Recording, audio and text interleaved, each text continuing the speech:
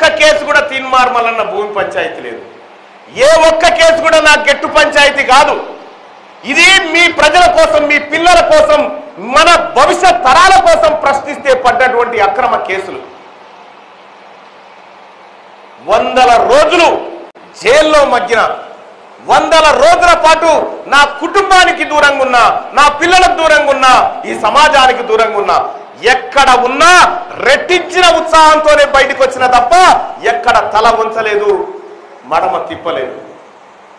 ఇందుకోసమే కదన్నా మీరు ప్రేమించేది, ఇందుకోసమే కదా మా వాడున్నాడు, మా తమ్ముడు ఉన్నాడు, కొట్లాడతాడు అని చెప్పి ఆ రోజు మీరు 1000 ఓట్లేస్తే కదా 1,50,000 ఓట్లు వచ్చి నా డబ్బల పడ్డాయి. మీరు ఇందుకోసమే కదా చేసింది.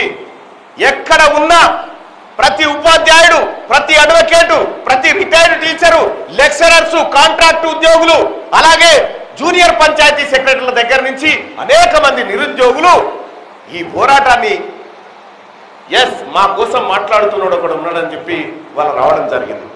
సోదరులారా, ఇంకంతే కాదు, ఈ ఎన్నికల్లో నాకు తెలుసు మీ ప్రేమ, మీ అభిమానం ఈసారి ఎలా ఉండబోతుందో నాకు తెలుసు సోదరులారా.